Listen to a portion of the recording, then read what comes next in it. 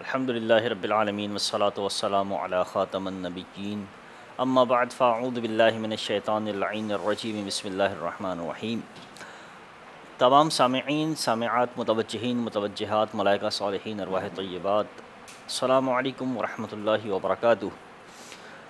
سامعین محترم، جیسا کہ آپ کو معلوم ہے، ہم ہر ہفتے اپنا یہ ہفتہ واری درس لے کر بنام درس دین آپ کی خدمت میں حاضر ہوتے ہیں، جس میں ہم اپنے شیخ محترم جناب سید محمد اظہر علی ہاشمی مدظ اللہ العالی کی انتہائی پیاری تصنیف میرا پیارا دین اسلام سے ایک موضوع لے کر اس کے متعلق شرعی احکامات آپ کی خدمت میں پیش کرتے ہیں۔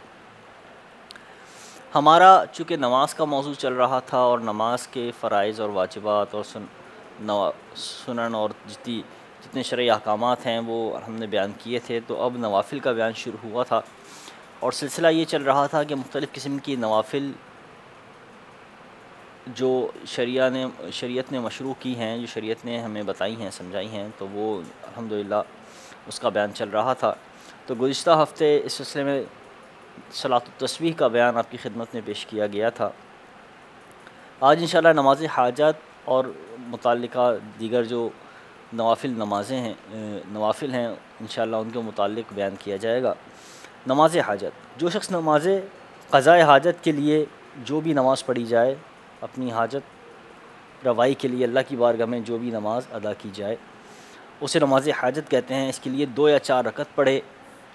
حضرت حذیفہ رضی اللہ تعالیٰ عنہ سے روایت ہے، فرماتے ہیں کہ حضور سرور دو عالم صلی اللہ علیہ وآلہ وسلم کو کوئی اہم معاملہ پیش آتا تو نماز پڑھتے۔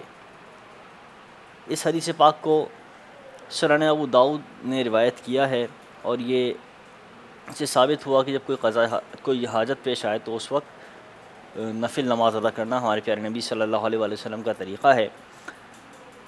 اگلی نفل نماز جو ہے، جس کو ایک قسم شمار کیا جاتا ہے، صوفیہ اکرام نے اس کو بیان کیا ہے، وہ ہے صلاۃ الاسرار۔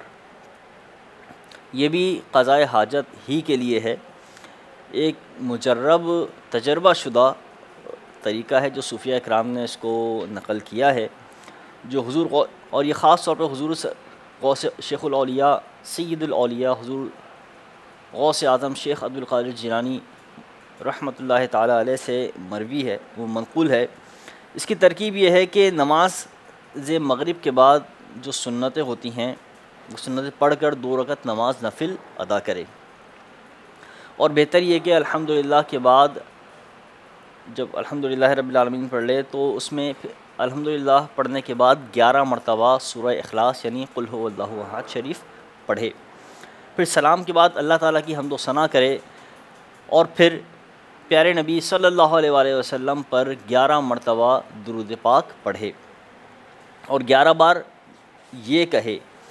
وہ الفاظ کیا ہیں یہ دہرانے ہیں: یا رسول اللہ، یا نبی اللہ، اغثنی وامددنی فی قضاء حاجاتی یا قاضی الحاجات۔ پھر عراق کی جانب 11 قدم چلے اور ہر قدم پر یہ کہے: یا غوث الثقلین و یا کریم الطرفین، اغثنی وامددنی فی قضاء حاجاتی یا قاضی الحاجات۔ پھر حضور کے توسل سے اللہ تعالیٰ کی بارگاہ میں دعا کرے۔ بہجت الاسرار ایک کتاب ہے، اس میں یہ واقعہ نقل کیا گیا ہے حضور غوث پاک رضی اللہ تعالیٰ عنہ سے۔ یاد رکھیں کہ یہ نماز جو طریقہ بیان کیا گیا ہے، نماز صرف اللہ تعالیٰ ہی کی ہوتی ہے۔ بزرگوں کی بارگاہ میں ہم دعا کرتے ہیں کہ وہ اللہ تعالیٰ کی بارگاہ میں دعا کریں کہ ہماری حاجت روائی ہو۔ تو یہ نماز ایسا نہیں ہے کہ اس کو صلاۃ الاسرار یا نماز غوثیہ بھی بسا اوقات کہا جاتا ہے، تو یہ غوث پاک کی ایسا نہیں۔ نماز صرف اللہ تعالیٰ کی ہے۔ اللہ تعالیٰ کے سوا کسی کی بھی عبادت کرنا شرک ہے، کفر ہے، خواہ وہ کوئی بھی کسی اعلیٰ درجے کا ولی ہی کیوں نہ ہو۔ تو نماز اللہ تعالیٰ ہی کی ہے۔ بزرگوں کو اللہ تعالیٰ کی بارگاہ میں وسیلہ بنانا بالکل جائز ہے، تو یہ اس ضمن میں ہے۔ یہ نماز بھی اللہ تعالیٰ ہی کی عبادت ہے، غوث پاک کی کوئی عبادت نہیں ہے، بلکہ اس کے بعد بارگاہ الہی میں ان کا وسیلہ اختیار کیا جاتا ہے۔ اسے نماز غوثیہ بھی کہا جاتا ہے، کیونکہ یہ حضرت غوث پاک رضی اللہ تعالیٰ عنہ کا عمل رہا ہے اور بہت مجرب ہے۔ اس کو کیا جائے انشاءاللہ اس کی بہت برکتیں ہیں۔ تو یہ نماز بزرگوں سے منقول ہے، صوفیہ اکرام سے منقول ہے، یہ ذہن میں رکھا جائے۔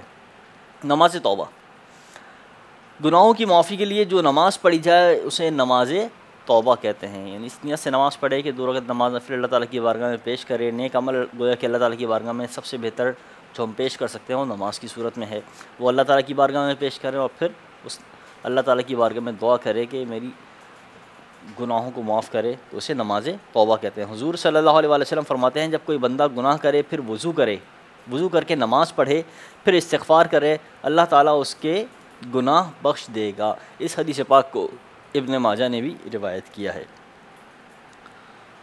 ایک اور جو نفل نماز ہے وہ کچھ منقول ہے بزرگوں سے، وہ ہے نبی کریم صلی اللہ علیہ وآلہ وسلم کی زیارت کے لیے نماز زیارت نبوی صلی اللہ علیہ وآلہ وسلم۔ ماہ رمضان المبارک کے پہلے جمعے کی شب غسل کر کے پاک صاف کپڑے پہن کر عطر لگا کر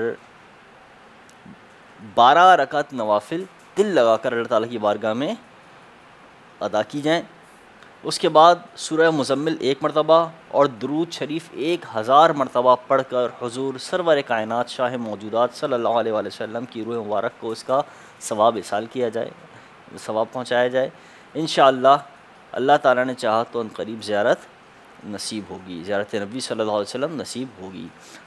تو یہ کچھ نوافل تھے جو آپ کی خدمت میں پیش کیے گئے۔ اس میں جو نماز حاجت ہے وہ منقول ہے حضور نبی کریم صلی اللہ علیہ وسلم سے، باقی جو نمازیں ہیں ان کا طریقہ اور نماز توبہ بھی حضور نبی کریم صلی اللہ علیہ وسلم کی حدیث پاک سے منقول ہے، باقی جو 2 نمازیں ہیں وہ بزرگوں سے منقول ہیں، وہ ہم نے آپ کی خدمت میں پیش کی۔ اللہ تبارک و تعالیٰ سے دعا ہے کہ جو کچھ پڑھا سنا اس پر عمل کی توفیق عطا فرمائے۔